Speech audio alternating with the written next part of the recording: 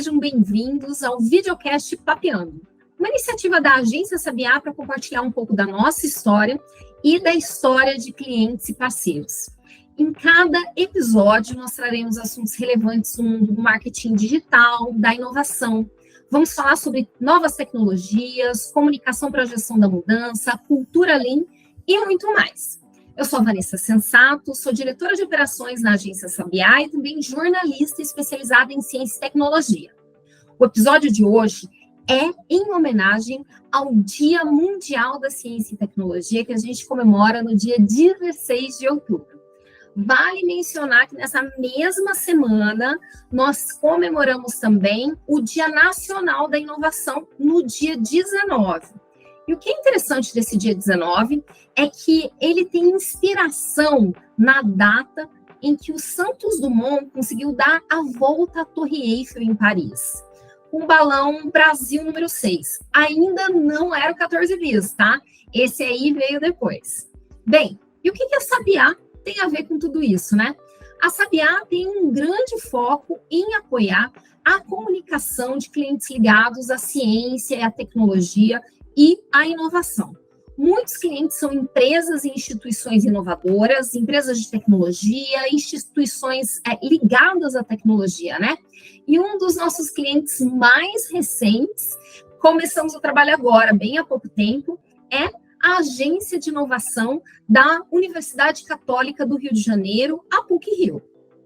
Nosso convidado de hoje é o professor Bruno Feijó, docente do Departamento de Informática do Centro Técnico Científico da PUC-Rio e diretor executivo da AGE PUC-Rio. Bruno, seja muito bem-vindo. Bom dia, Vanessa. Olha, é uma satisfação enorme conversar com vocês. Legal. Bruno, para começar o nosso papo, vamos lembrar que a gente está comemorando, né, o Dia da Ciência e da Tecnologia e o papel das universidades, né? A universidade, ela cada vez mais, ela se depara com uma responsabilidade que a sociedade traz, né, os governos trazem, de que ela extrapole o ensino, ela extrapole a formação de pessoas e ela passe a impactar no desenvolvimento tecnológico e até no desenvolvimento econômico regional, né? Você é um profissional que já teve essa experiência do lado do setor empresarial e hoje está na universidade, né? Eu queria ouvir a sua visão de como as universidades elas podem se preparar para serem mais ativas ainda nessa missão do desenvolvimento tecnológico e no desenvolvimento econômico regional. Vanessa, excelente pergunta sua, introdução. Eu diria que as universidades brasileiras, mesmo as mais avançadas, Vanessa, elas estão ainda tentando entender o modelo da chamada quádrupla hélice, né? A pesquisa acadêmica, governo, negócios e sociedade, né? Mas eu acho que a gente avançou muito, mas não estamos ainda à altura da nova economia do conhecimento, sabe, Vanessa? Ainda existem barreiras entre pesquisa acadêmica e negócios, os modelos de financiamento de pesquisa do CNPq e CAPES estão antigos, o conhecimento ainda é compartimentalizado, né? No sentido de que a gente já devia estar no estado de transdisciplinaridade, mas que é mais do que interdisciplinaridade, né? Mas a gente ainda é bem compartimentalizado, né? E a maioria dos trabalhadores e empresas, eles estão excluídos dessa nova economia do conhecimento, né? Eu acho que a gente precisa ter consciência disso, né? E precisamos de um projeto includente, né? Que diminua a desigualdade, né? Porque o Brasil ele tem essa enorme vantagem de uma enorme diversidade, recursos naturais imensos e essa alma criativa nata, né? Mas falta capacitação, falta construir, eu diria, uma qualificação brasileira, né?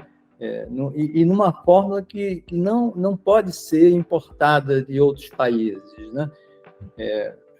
E também eu diria que a universidade ainda não tem olhos para o ensino básico, né? E vive desintegrada desta base de educação que, infelizmente, segue em estado crítico, né? Bastante preocupante, mas para ser positivo, né? Nas crises é onde residem as oportunidades, né?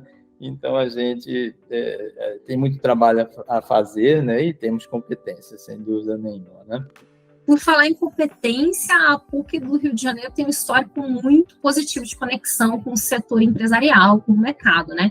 Eu sempre ouço dizer sobre a força da área de tecnologia da informação, por exemplo. Eu tenho certeza que não é a única área que tem essa força, né? Quando eu penso na PUC do Rio, também me lembro que vocês estão muito bem colocados nos rankings internacionais de universidades na América Latina, né? Entre os melhores na América Latina. Mas essa área de conexão com o mercado ela é uma área diferente, né? É uma área que prevê uma dinâmica muito grande, com muitas mudanças. E eu queria saber de você, como é que você avalia a trajetória da PUC-Rio nessa área de conexão com o setor empresarial e o que vocês têm programado para esse próximo ciclo? Vanessa, olha, eu acho que é interessante dizer que a PUC-Rio, né, ela tem um modelo muito próprio. Primeiro, ela é uma universidade comunitária, é uma universidade católica, é uma universidade diversa, sem dúvida nenhuma, e tem um foco total na sociedade. Isso é de uma construção coletiva, isso é muito o espírito dela, né?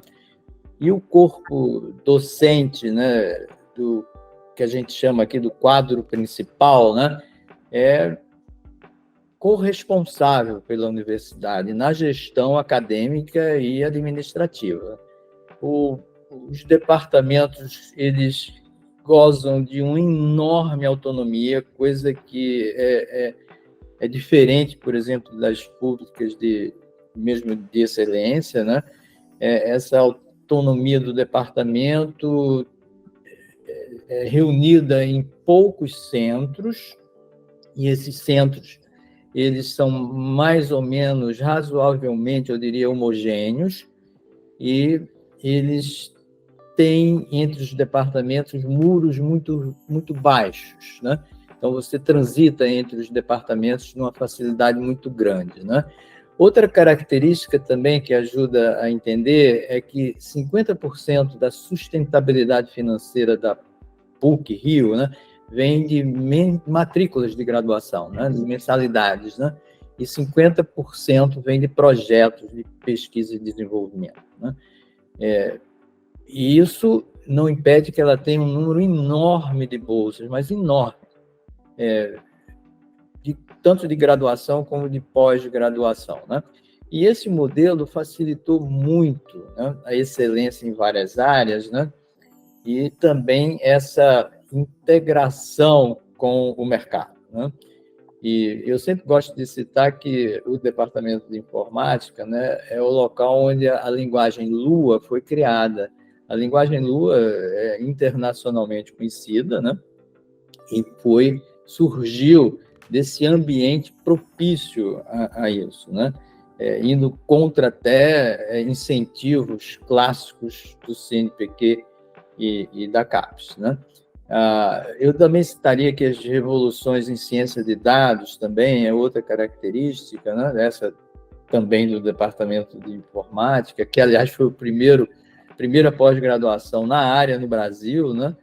E eu também diria que esses avanços na área de energia, e energia aí, principalmente óleo e gás, pela presença da Petrobras, né?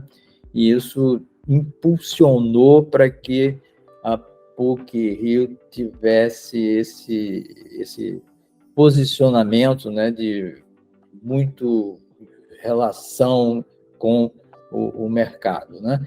E mais recentemente, né, com as inovações agora, né, da nova gestão, a gente está voltado para trabalhar mais fortemente em parceria com o setor empresarial, né, para o impacto no desenvolvimento sustentável, né? E a gente também está muito empenhado em entender o que é inovação e empreendedorismo sociais, né? Porque isso ainda é obscuro para todo mundo aqui fora. Então, esses são os nossos... Vamos ter que ter um grupo de trabalho para isso aí. Sem dúvida, contamos com vocês. Vamos lá.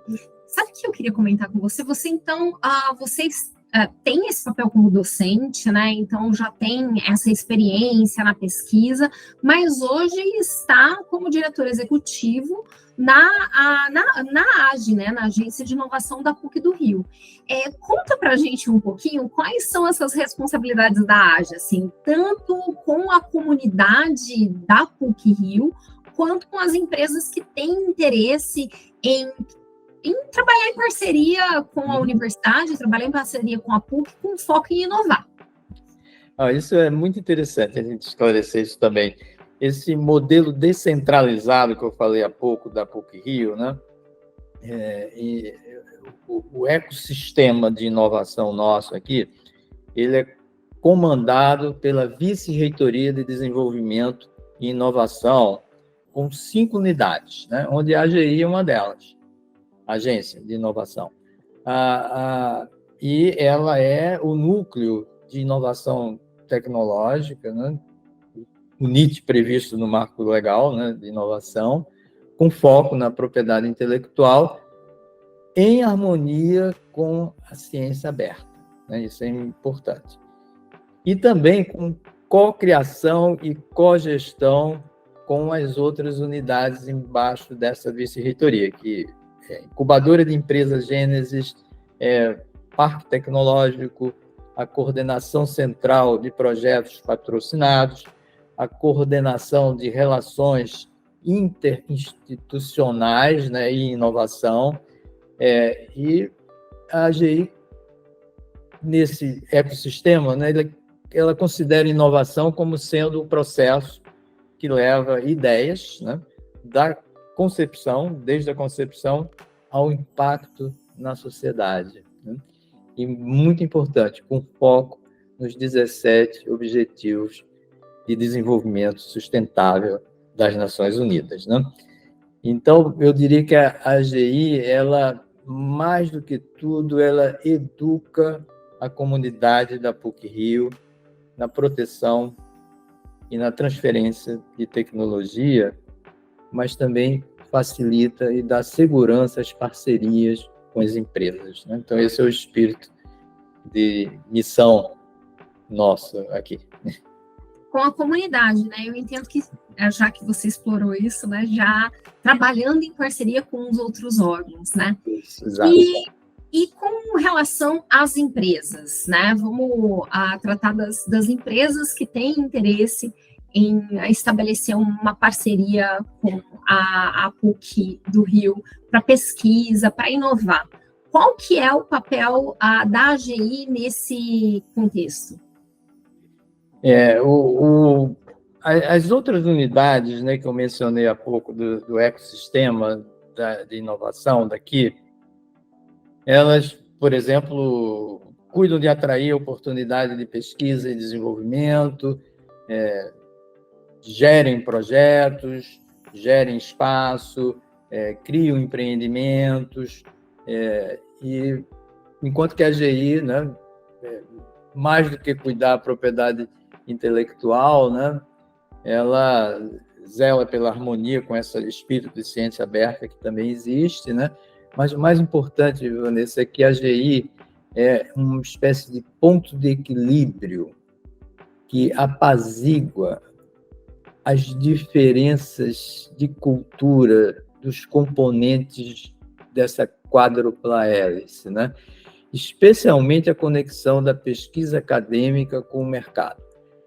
É como se a AGI fosse uma espécie de guardiã, uma espécie de educadora, uma espécie de cuidadora permanente desta conexão, porque isso, via de regra, é esquecido, né, após um processo de integração, né, com a empresa, com o negócio, começa.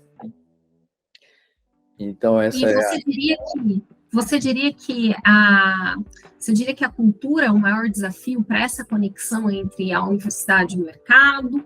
Quais são esses desafios que a universidade, quem está à frente dessa atividade na universidade, quais são os desafios com os quais vocês se deparam no momento em que vocês estão tratando dessa conexão universidade e mercado? Isso, eu acho que isso remete direto até uma questão prática, né, de